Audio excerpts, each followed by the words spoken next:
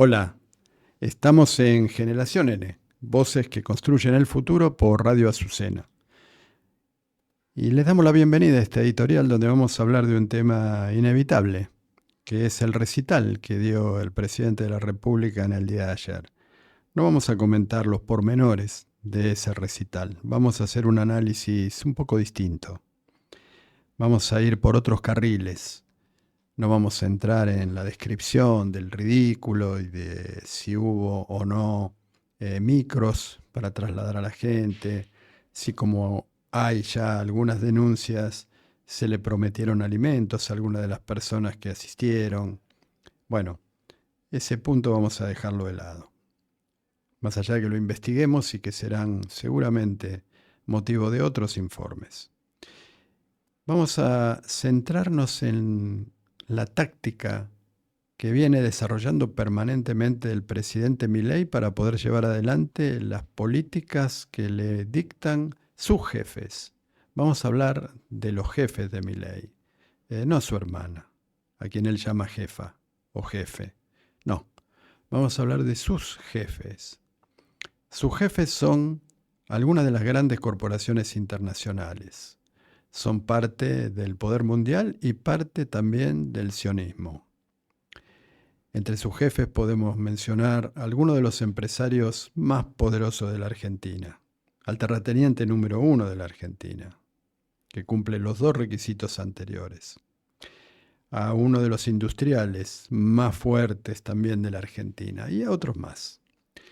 También algunos extranjeros, como es el caso de Elon Musk, y seguramente alguien entre esa lista cuyo nombre nos cueste hasta pronunciar. Es fácil para esa gente que suele permanecer relativamente oculta a los ojos del pueblo y de la prensa, poner al frente del Ejecutivo de una nación para llevar adelante sus políticas de exclusión, de saqueo, de enriquecimiento ilícito y desmedido. Es fácil poner, como digo, a un personaje que puede ser caracterizado de loco, psiquiátrico, desquiciado, bueno, toda la suma de adjetivos calificativos que lo denostarían como persona, o al menos pondrían en duda sus capacidades mentales. ¿Por qué elegir un personaje así? Un personaje tan farandulesco, tan, tan poco propenso a generar relaciones de amistad en el resto del mundo. A las pruebas me remito con lo sucedido con España, con Colombia, Brasil, China. Indudablemente estamos frente a una persona cuya personalidad al frente del Poder Ejecutivo, al frente del gobierno de la nación, no está trayendo absolutamente ningún beneficio ni para el pueblo ni para la nación en sí. ¿Por qué entonces? ¿Por qué tener a ese individuo al frente? ¿Por qué haberlo elegido y por qué sostenerlo? Cuando estos personajes no pueden aparecer, cuando estos personajes dejan de tener poder, cuando son visibles, como pasó con aquel personaje que todos quizás recuerden, ese tal Chabrán, que a partir de una fotografía y de su exhibición pública entró en una debacle.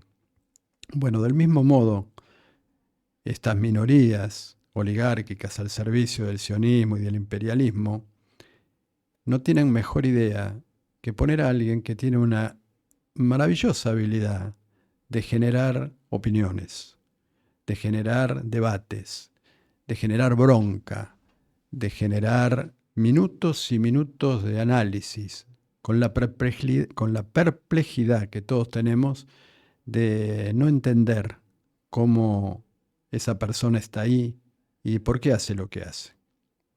Mientras tanto, la comida no llega a los comedores. Mientras tanto, se producen infinidad de despidos. Que la comida no llegue a los comedores y que haya despidos favorece, por supuesto, la baja de los salarios, porque la gente desesperada va a trabajar por lo que sea, si tiene trabajo. y cuando lo consigue, acepta condiciones que en otras condiciones más normales serían inaceptables.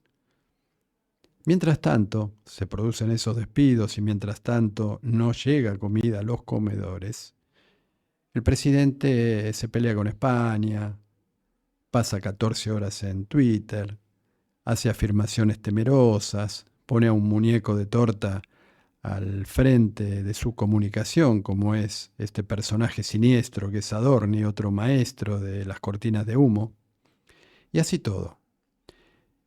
De manera que toda la parafernalia comunicacional que dirigen los periodistas al servicio de esta política, los Mauro Viale, los Majul, ese tipo de personajes que indudablemente tienen intereses puntuales en que se siga adelante con esta política de distracción mientras por detrás se está hambreando al pueblo.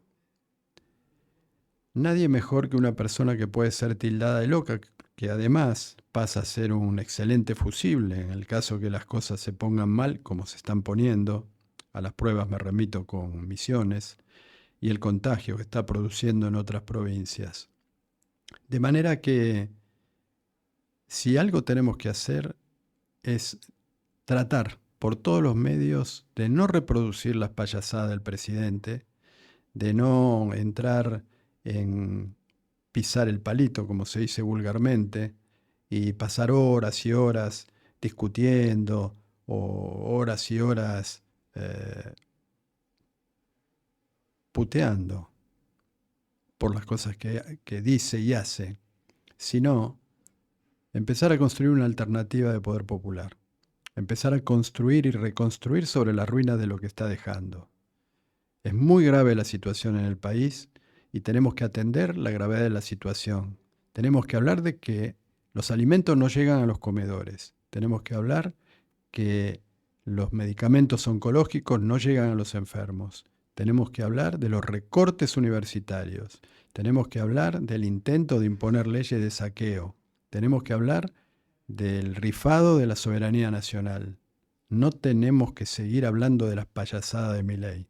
Las payasadas de Milei que alimenten la bronca de aquellos que salgan a la calle en algún momento a pedir su renuncia, incluidos sobre todo aquellos que lo votaron. Muchas gracias.